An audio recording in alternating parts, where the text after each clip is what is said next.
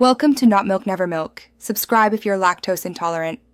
You begin by creating a workflow file at GitHub/workflows/main, IML and committing it. This is your entry point. Define the event that kicks off the run, for example push or pull request, because the trigger controls when jobs execute.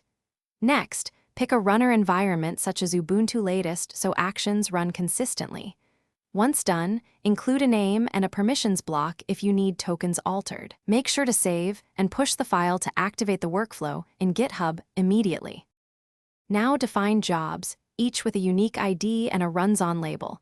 This dictates concurrency and environment. Inside jobs, sequence steps. Start with actions/checkout to fetch code, then set up the language runtime, install dependencies, and run build and test commands. Use a matrix to run combinations like node versions or O says in parallel. This increases coverage with minimal config. Also configure cache actions for dependencies so subsequent runs are faster.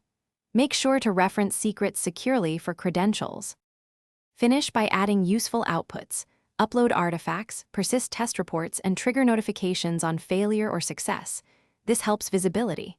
Use needs to enforce job order and if conditional expressions to skip or run jobs based on outcomes.